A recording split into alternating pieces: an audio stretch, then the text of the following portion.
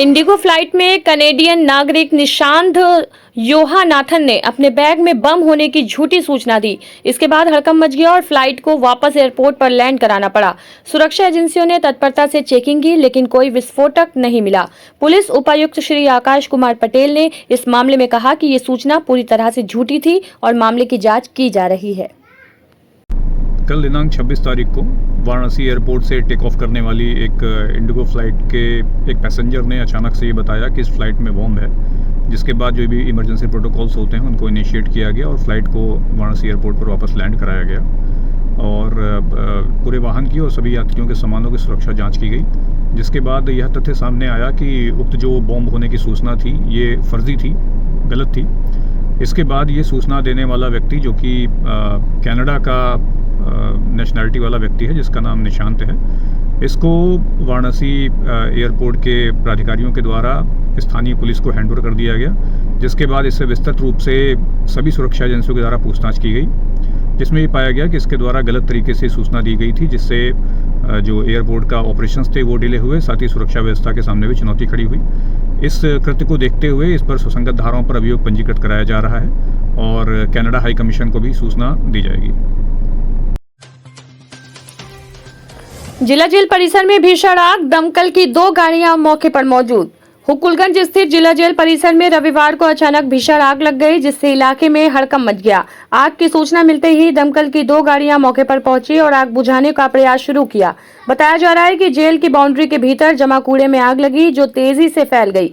इस क्षेत्र में बंदियों से खेती भी करवाई जाती है। फिलहाल आग के कारणों की जाँच की जा रही है। जेल प्रशासन और वरिष्ठ अधिकारी मौके पर मौजूद है।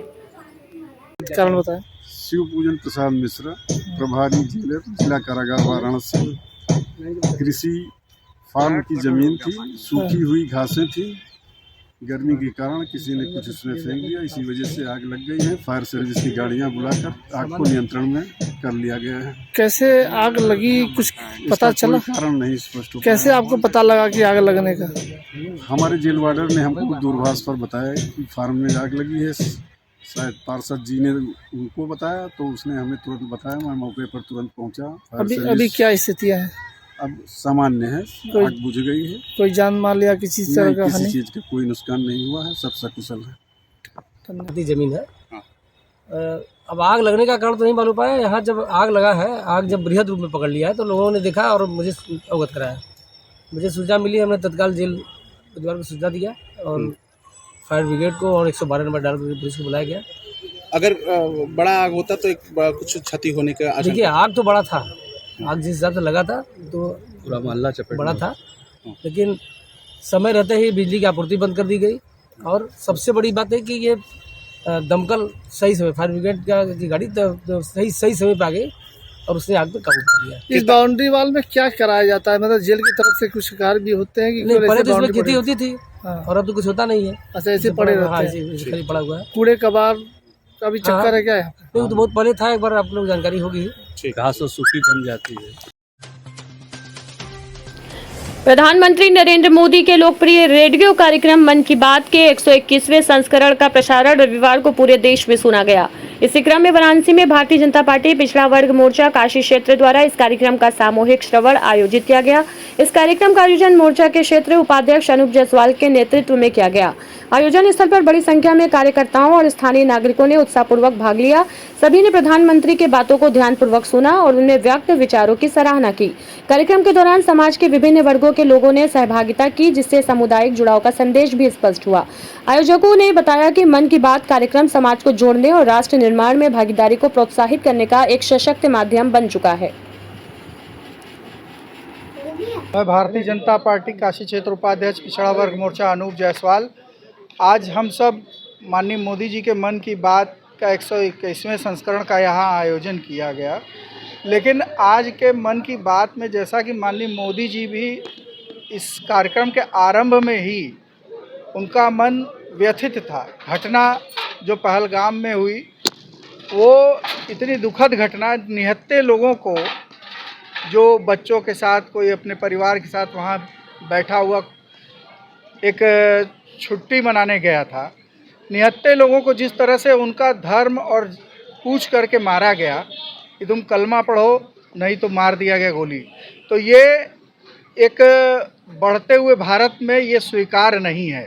और आज का भारत जो 100 करोड़ 140 करोड़ लोगों को डबल डोज वैक्सीन लगा सकता है, वो भारत आज पाकिस्तान को आतंकवाद के खिलाफ भी एक वैक्सीन तैयार किया है, वो भी अब लगाने का काम माननीय मोदी जी करेंगे, जिससे पाकिस्तान के मन मस्तिष्क में सुधार आएगा।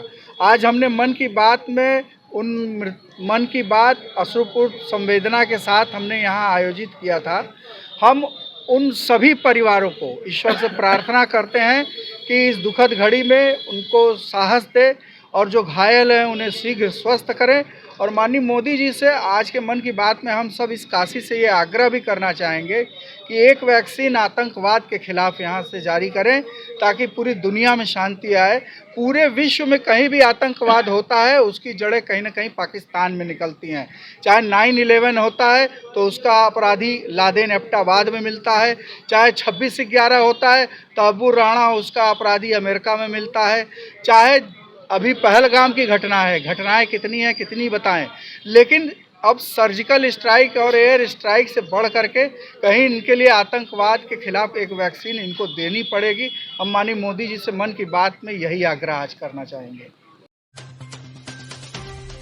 वाराणसी में दिल्ली के कैबिनेट मंत्री प्रवेश कुमार वर्मा बाबा विश्वनाथ मंदिर, काल भैरव मंदिर और बाबा महामृत्युंजय मंदिर के दर्शन और पूजन किए। इस दौरान उन्होंने मंदिरों में विशेष पूजा अर्चना की और बाबा विश्वनाथ से वाराणसी और दिल्ली की जनता की सुख समृद्धि के लिए आशीर्वाद प्राप्त किया। प्रवेश कुमार वर्मा ने कहा कि भगवान शिव के आशीर्वाद से देश की समृद्धि और जनता की भलाई के लिए लगातार काम किया जा रहा है। उनके साथ इस अवसर पर कई अन्य प्रमुख नेता और कार्यकर्ता भी मौजूद रही। धार्मिक यात्रा उनके आधारित दौरे का हिस्सा थी, जिसमें उन्होंने वाराणसी के प्रमुख धार्मिक स्थलों का दौरा किया और वहाँ के स्थानीय लोगों से मुलाकात की। सर, आज पहली बार बाबा का क्या मांगे? देखिए, पूरे देशवासियों के लिए अच्छे स्वास्थ्य की और अच्छी उन्नति की प्रार्थना करते हुए आज बाबा जी के दर्शन करने आए हैं, सहपरिवार आए हैं और हमारे प्रधानमंत्री जी के नेतृत्व में देश ऐसे ही आगे बढ़ते रहे, ऐसी मंगल कामना। और ये आतंकवादी इतनी बड़ी, क्या संदेश देना चाहते हैं? पूरा देश एकजुट है, पूरे देश में रोष है और इसका जवाब हमारी सेना के द्वारा जल्दी दिया जाएगा। वाराणसी के सर्किट हाउस में वक्फ बोर्ड अधिनियम संशोधन जन जागरण अभियान के तहत प्रेस वार्ता आयोजित की गई। भाजपा जिला अध्यक्ष एवं एमएलसी हंसराज विश्वकर्मा ने बताया कि वक्फ संपत्तियों पर कुछ संस्थाएं अवैध रूप से कब्जा कर व्यक्तिगत लाभ ले रही हैं, जिससे असल में हकदार गरीब मुस्लिम समुदाय वंचित रह जाता है। उन्होंने कहा कि अधिनियम संशोधन से ऐसे माफिया बेनकाब होंगे और गरीबों को उनका अधिकार मिलेगा। गाँव-गाँव जाकर मुस्लिम बस्तियों में लोगों को इस अभियान के तहत जागरूक किया जा रहा है। जैसे 3 तलाक मुद्दे पर महिलाएं जागरूक हुई, वैसे ही इस अभियान से भी बदलाव आएगा। वहीं जो लोग भूमि हड़प कर बैठे हैं उन्हें अब छोड़ना पड़ेगा। अधिनियम संशोधन से गरीबों को लाभ मिलेगा। हंसराज विश्वकर्मा, जिला अध्यक्ष एवं एमएलसी। वक्फ बिल संशोधन जागरण अभियान के तहत भारतीय जनता पार्टी वाराणसी जिला की तरफ से यह प्रेस वार्ता है। ये बताया जा रहा है कि जो वक्फ बिल संशोधन जो कानून है उसमें संशोधन हमारी सरकार ने किया है 2025 में। उसमें जो कुछ लोग व्यक्तिगत अतिक्रमण किए थे, अब उस पर सभी गरीबों मुसलमानों को वक्फ बिल का फायदा होगा। यूपी कॉलेज का उसने वापस ले लिया है, तब उस पर बातें ख़त्म हो गई। पहले दावा ठोक दिए थे अनजान में, सोचे कि इस तरह से चारों तरफ दावा ठोक देंगे तो भाग जाएंगे, लेकिन हमारी सरकार अडिग है।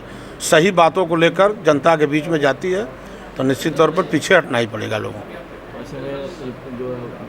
कई जगह पैसे लगा हुआ है तो क्या? हाँ, तो हर जगह जांच होगी। सारे राज्यों को निर्देश दे दिया गया है कि जांच करके वो दें, फिर उसके बाद संशोधन करके उसमें अच्छा होगा, किसी का उत्पीड़न नहीं होगा। लेकिन जो अतिक्रमण किया है, जो उस पर अपना खुद चलाते हैं और किसी और को नहीं करते हैं, जैसे हम लोगों का हिंदुओं में मंदिर है तो मंदिर से हज़ारों लोग उसका फ़ायदा लेते हैं, लेकिन वहाँ तो व्यक्तिगत फ़ायदा वक्फ बोर्ड का बनाकर ले रहे हैं, तो उससे गरीब मुसलमान हमारे, उससे उनको नुकसान हो रहा है। वो बेचारे भीख मांग रहे हैं, भीखमरी के कगार पर हैं, तो उससे उनको लाभ दिया जाएगा। विधायक जी, वक्फ सुधार जन जागरण अभियान ये कहाँ चलाया जाएगा? पूरे देश के अंदर चला रहा है। बनारस में तो बूथ स्तर पर, गांव स्तर पर हमारे सब पार्टी का भी कल कार्यशाला हुआ जिले का। अब हम लोग निचले स्तर पर ज़मीन पर ले जाकर मुसलमानों भाइयों के बीच में बताएंगे, गरीबों के बीच में जाकर बताएंगे उनको कि देखिए आपका हर एक अधिकार, आपका भाई ही लुटेरा है जो ऐसा संस्था बनाकर लूट रहा है और आप जो है भीख मांग रहे हैं। अच्छा नेताजी, जो लोग कब्जा करके वक्फ की संपत्तियों को नुकसान पहुंचाया है और राजस्व की जो है चोरी की है, उसकी भरपाई सरकार कराएगी? निश्चित तौर पर कराएगी, उसकी जांच कराएगी, जितना हो सकता है गरीबों को उससे भला करेगी, उस ज़मीन को भी बांटेगी, उनको देगी, उनको व्यवसाय कराएगी, उनका रोजगार कराएगी, उनको भी जीने खाने का, सम्मान से रहने का उनको भी अधिकार देगी। मिर्जापुर के अहरोड़ा थाना पुलिस को बड़ी सफलता हाथ लगी है। पुलिस ने एक होंडा सिटी कार से 51 किलो अवैध गांजा बरामद करते हुए 2 अंतर्राज्यीय तस्करों को गिरफ्तार किया है। बरामद गांजे की अनुमानित कीमत लगभग 15 लाख बताई जा रही है। पकड़े गए तस्करों की पहचान वीरेंद्र शुक्ला और विनय शुक्ला के रूप में हुई है, जो हरदोई जिले के रहने वाले हैं। पूछताछ में दोनों ने बताया कि वे उड़ीसा से गांजा लाकर गाजियाबाद सप्लाई करने जा रहे थे। गिरफ्तारी बेलखरा मोड़ हाईवे के पास रात्रि 1:30 बजे हुई। गांजा तस्करी में प्रयुक्त होंडा सिटी कार को सीज कर दिया गया है। पकड़े गए अभियुक्तों में से एक वीरेंद्र शुक्ला पर पहले से कई आपराधिक मामले दर्ज हैं। पुलिस ने NDPS एक्ट के तहत केस दर्ज कर दोनों को न्यायालय भेज दिया है। मिर्जापुर पुलिस द्वारा लगातार नशीले पदार्थों की तस्करी करने वाले अपराधियों के विरुद्ध कार्रवाई की जा रही है। इसी क्रम में आज अरोरा पुलिस को एक महत्वपूर्ण सफलता प्राप्त हुई है। एक होंडा सिटी कार जो कि उड़ीसा से जा रही थी, उसको बेलखरा हाईवे पर मुगी सूचना पकड़ा गया है, जिसमें 2 अभियुक्त गिरफ्तार किए गए हैं और गाड़ी की तलाशी में 51 किलोग्राम गांजा बरामद हुआ है। ये गांजा गाड़ी में चैम्बर बनाकर रखा गया था और पूछताछ पर अभियुक्तों ने बताया गया है कि ये गांजा लेके जा रहे थे। ये अभियुक्त हैं वीरेंद्र शुक्ला, जो कि थाना पाली हरदोई का रहने वाला है, और दूसरा है विनय शुक्ला, जो कि शाहाबाद थाना हरदोई का रहने वाला है। ये दोनों साथ अपराधी हैं और लंबे समय से गांजे की तस्करी संलिप्त थे और इनका लंबा आपराधिक इतिहास भी है। इन दोनों को गिरफ्तार करके अभियोग पंजीकृत करते हुए विधिक कार्रवाई की जा रही है। भविष्य में इनके विरुद्ध गैंगस्टर एक्ट के तहत कार्रवाई की जाएगी। आजमगढ़ में गरीब और निराश्रित बच्चों को शिक्षा देने वाले सुदीक्षा नई राह फाउंडेशन ने अपने 6वीं वर्षगांठ के अवसर पर 6 बच्चों को गोद लिया है। रोडवेज स्थित होटल पार्क डिलाइट में आयोजित प्रेस वार्ता के दौरान संगठन ने इन बच्चों की शिक्षा का पूर्ण जिम्मा लेने की घोषणा की। संस्था की सचिव साक्षी पांडे ने बताया कि संस्था गुरुकुल शिक्षा पद्धति के तर्ज पर बच्चों को मुफ्त शिक्षा देती है। कार्यक्रम में बच्चों को शैक्षिक सामग्री वितरित की गई, साथ ही वरिष्ठ पत्रकारों व अतिथियों को पौधे भेंट किए गए। इस मौके पर संगठन के पदाधिकारी और गणमान्य नागरिक मौजूद रहे। मेरा फाउंडेशन को आज हमने 6 नए बच्चों को गोद लिया है, जिसमें हम उनके शिक्षा से जुड़ी सारी जिम्मेदारियां हमारी संस्था उठाएगी, चाहे वो पढ़ाई लिखाई हो, खेल कूद हो या उनका और भी किसी चीज में मन लगता है, तो उन सारी चीजों का जिम्मा अब उन 6 बच्चों का जिम्मा हमारी संस्था उठाएगी। साथ ही साथ हम इसमें और भी जो हमारे बच्चों की मतलब हमें और भी बच्चों की लिस्ट हमारे पास आई है। हम धीरे धीरे करके आने वाले 1 से 2 महीने के अंदर या आने वाले समय में हम धीरे धीरे हमारी कोशिश यही रहेगी कि हम सारे बच्चों को स्कूली शिक्षा से जोड़ सकें। मिर्जापुर के सिटी क्लब सिविल लाइन में एक राष्ट्रीय चुनाव के समर्थन में एक प्रबुद्ध वर्ग समागम हुआ। कार्यक्रम की अध्यक्षता भाजपा जिला अध्यक्ष बिजभूषण सिंह ने की। मुख्य वक्ता उत्तर प्रदेश सरकार के मंत्री डॉक्टर दयाशंकर मिश्र। कार्यक्रम की शुरुआत प्रधानमंत्री नरेंद्र मोदी की मन की बात सुनने से हुई। फिर भारत माता के चित्र पर दीप प्रज्वलन किया गया। डॉक्टर मिश्र ने बताया एक राष्ट्रीय चुनाव से समय, पैसे और संसाधनों की बचत होगी। बार-बार चुनाव से प्रशासनिक खर्च बढ़ता है, लेकिन एक साथ चुनाव होने से ये खर्च कम होंगे। इससे विकास कार्यों में रुकावट नहीं आएगी और राजनीतिक स्थितियां बढ़ेंगी। भारतीय जनता पार्टी की सरकार, यशस्वी प्रधानमंत्री नरेंद्र मोदी जी की सरकार देश के सुधारों में, जितने भी सुधार इस देश में किए जा रहे हैं, उसी की कड़ी में वन नेशन वन इलेक्शन, देश में बार बार चुनाव के पड़ने वाले बोझ से, होने वाले आर्थिक नुकसान से और होने वाले समय की बर्बादी को रोकने के लिए इस देश में पहली बार चुनाव एक साथ कराए जाने की बात हो रही हो, ऐसा नहीं है। आज़ादी के बाद 1991, 51, 52 का, 1956 का और फिर 1962 का, 1967 का 4 चुनाव इस देश में आज़ादी के तत्काल बाद जो हुए थे, वो वन नेशन वन इलेक्शन के तहत पूरे देश के सारे राज्यों में एक साथ लोकसभा और विधानसभा का चुनाव कराया गया था। उसी टूटी हुई कड़ी को फिर से जोड़ने का ये जो की शुरुआत हुई है, इसके लिए कमेटी बनाई गई। कमेटी ने अपनी रिपोर्ट दिया है। देश के कुल 62 राजनीतिक दलों से संपर्क करने पर उसमें से 47 दलों ने रिस्पांस किया, जवाब दिया, जिनमें 35 लोगों ने इसके समर्थन में अपने विचार रखे और 15 लोगों ने विरोध किया। यह प्रस्ताव लोकसभा में किस पटल पे रखा गया, केंद्रीय मंत्रिमंडल ने उसको पारित कर दिया है। यह कानून बनने के बाद इसमें रामनाथ कोविंद जी के नेतृत्व में कमेटी बनी थी, जिसमें बहुत सारे महत्वपूर्ण उसके सदस्य बनाए गए थे। 191 दिनों की चर्चा के बाद और 18,662 पन्नों की रिपोर्ट सौंपी गई है। तो इन सब को देखते हुए देश हित में किए गए इस फैसले पे एक बहस देश में चलाई जा रही है, जिसमें सबको अपनी बात कहने का अधिकार है। हम सभी लोग उसी की कड़ी में समाज के उन तबकों के, आज बुद्धिजीवी समाज के लोगों के बीच में अपनी बात रखने का अवसर मिला था, उसी कड़ी में आज हम लोगों ने यहाँ सबको अपनी बातें रखा। देखिए, अभी 2022 में 5 राज्यों का चुनाव होना है, लोकसभा का चुनाव 29 में होना है। तो 29 के साथ इन 5 राज्यों के चुनाव को अगर बढ़ा के जोड़ा जाएगा तो फिर ये 5 राज्य, फिर 28 में 3 राज्यों के चुनाव और होने हैं। तो कुल मिला के ऐसे जैसे एक साथ अभी लागू करना, 2034 में सरकार ये मान के चल रही है कि 2034 का जो चुनाव होगा वो पूरे देश में एक साथ होगा। इन विधानसभा और लोकसभा के चुनाव को कराने के बाद 100 दिन के अंदर ही फिर ये बाध्यता है कि फिर निकायों का चुनाव, ग्राम पंचायतों का चुनाव, नगर निकाय, नगर पालिकाओं का चुनाव कराने की बाध्यता है। तो कुल मिला के सारे चुनाव एक साथ कराए जाएंगे। जनता को क्या लाभ मिलेगा? जनता का श्रम, जो समय बर्बाद होता है, बार बार चुनाव में ड्यूटी लगती है, बार बार चुनाव में को सामना करना पड़ता है, पैसे की बर्बादी होती है। पैसा भी जनता की ही गाड़ी कमाई का पैसा है जो चुनाव में बार बार खर्च किया जाता है। देश की पुलिस को, सेना को, अपने सीमा सुरक्षा बल के, सीआरपीएफ को, सबको ड्यूटी, पीएससी को लगाना पड़ता है कि पारदर्शी तरीके से चुनाव हो। इस देश में अब तक 400 से ज़्यादा चुनाव आज़ादी के बाद से अब तक हो चुके हैं और दुनिया के लिए भारत एक नज़ीर है कि दुनिया का सबसे बड़ा आबादी का देश, दुनिया का सबसे बड़ा लोकतांत्रिक देश ऐसे निष्पक्ष और पारदर्शी तरीके से चुनाव कराता है। तो कुल मिला के उसी पारदर्शिता को और ताकत और मजबूती देने के लिए, समाज के लोगों के बर्बाद होने वाले समय को बचाने के लिए, आर्थिक रूप से बढ़ने वाले बोझ को बचाने के लिए और देश की एकता को और मजबूत करने के लिए ऐसे सुधारों की आवश्यकता है। जम्मू कश्मीर में जो आतंकी हमला हुआ है, उसे सरकार का ऐलान है कि आज जो पाकिस्तान से कुछ लोग भारत में नागरिकता करके रह रहे हैं, उनको नागरिकता खत्म करके उनको फिर पाकिस्तान भेजा जाए। क्या ये इसके बारे में क्या कहें? सरकार अपना काम कर रही है। मैंने आपसे कहा ना कि देश हित के में होने वाले सारे वो फैसले यह सरकार करती जा रही है। देश भारतीय जनता पार्टी की सरकार के साथ, केंद्र की सरकार के साथ खड़ी है, पूरा जनमानस खड़ा है। तो कुल मिला के देश में इन सुधारों का होने वाला फ़ायदा समाज में दिखाई दे रहा है, लोगों को इनके परिवर्तनों से क्या लाभ हो रहा है।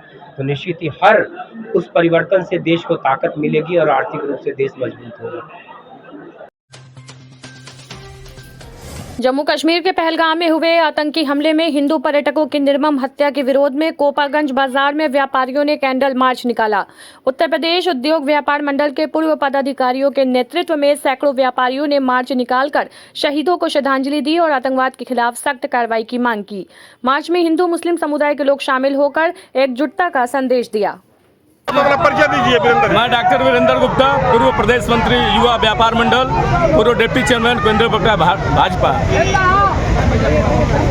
हाँ, तो आप यह बताइए कि आज यह जो व्यापारियों में आक्रोश रहा और जो यह कैंडल मार्च आप लोगों ने निकाला, इस कैंडल मार्च के माध्यम से पाकिस्तान को क्या आप मैं ये कहना चाहता हूँ कि लोग जो यहाँ से घूमने जाते हैं कश्मीर में, आज कश्मीर में देश के कोने कोने से लोग गए और उनको निहत्थे बेकसूर जो कश्मीर में पर्यटक के लिए गए उनकी निर्मम हत्या कर दी गई। उसके लिए हम सभी पूरे भारतवासी, पूरे देशवासी, यहाँ तक कि पूरे नगर के गांव, चट्टी चौराहे, पूर्व पर हम सब आत्मपीड़ित हैं। हम भारत सरकार से मांग करते हैं कि उनको उनके घर में घुस के मारे। और मैं भारत सरकार से एक और मांग करता हूं कि जिस तरह उन्होंने सिंध नदी का पानी रोक दिया, उनका जो है खाना पीना सब बंद हो गया है, इसी तरह एक एक चीज उनके हुक्का पानी बंद करके और एक बार फिर सर्जिकल स्टाइल उनके घर में घुस के मारा जाए।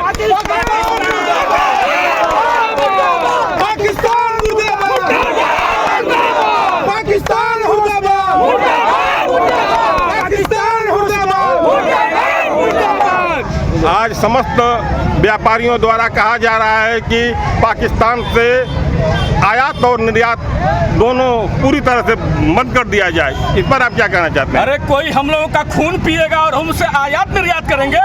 अरे उसके जबड़ा, उसके गर्दन के, उसकी कलेजा निकाल के भारत के कश्मीर चौक, लाल चौक पे टांग देना चाहिए। यह रहा आक्रोश कोपागंज के व्यापारियों में। पूरे भारतवासी एकदम आक्रोश से भरे हुए हैं और कश्मीर में जो हमला हुआ है उसके हम लोग निंदा करते हैं। हमने भारत सरकार से मांग करते हैं वो कड़ी से कड़ी आतंकवाद के खिलाफ लड़ाई लड़े। जिस प्रकार भारत ने पाकिस्तान से आयात निर्यात दोनों बंद करने की मांग व्यापारियों ने किया है, इस पर आप पूरी तरह से बंद होना चाहिए। भारत सरकार से हम आग्रह करते हैं। जिस प्रकार भारत सरकार ने उनका पानी बंद किया है उसी तरह उसका खाना भी बंद कर दें। पूरी तरह से एकदम बंद होना चाहिए, पूरा इनको निहाल कर देना है। आप अपना परिचय। विकास वर्मा, महामंत्री विवाद व्यापार मंडल कोपागंज। आज जो आप लोगों ने अथक प्रयास करके कोपागंज नगर में जो आतंकवाद के खिलाफ निहत्थे पर्यटकों पर जो हमला हुआ उसके लिए कैंडल मार्च निकाला, बहुत ही सराहनीय कार्य रहा। इस कार्यक्रम के माध्यम से आप क्या कहना चाहते हैं? हम भारत सरकार से यही मांग करना चाहते हैं, भारत में कश्मीर नहीं पूरा पाकिस्तान भारत में मिला कर रहे और जितने भी आतंकवाद हैं एक भी आतंकवाद बचना नहीं चाहिए कि दोबारा ऐसी हरकत ना करें। भारत सरकार से भी यही रिक्वेस्ट करें। ठीक है, धन्यवाद। रानीपुर थाना पुलिस ने गांजा तस्करी के एक मामले में गाजीपुर के काशी चौहान को गिरफ्तार किया। पुलिस को मुखबिर की मिली सूचना पर कार्रवाई करते हुए आरोपी को 725 ग्राम गांजे के साथ पकड़ लिया। आरोपी की उम्र 42 वर्ष है और वह गाजीपुर जिले के दुल्लाहपुर थाना क्षेत्र का निवासी है। पूछताछ में उसने अपना नाम बताया और पुलिस के मुताबिक उसका आपराधिक इतिहास भी रहा है। आरोपी के खिलाफ मामला दर्ज कर उसे न्यायालय में पेश किया गया है।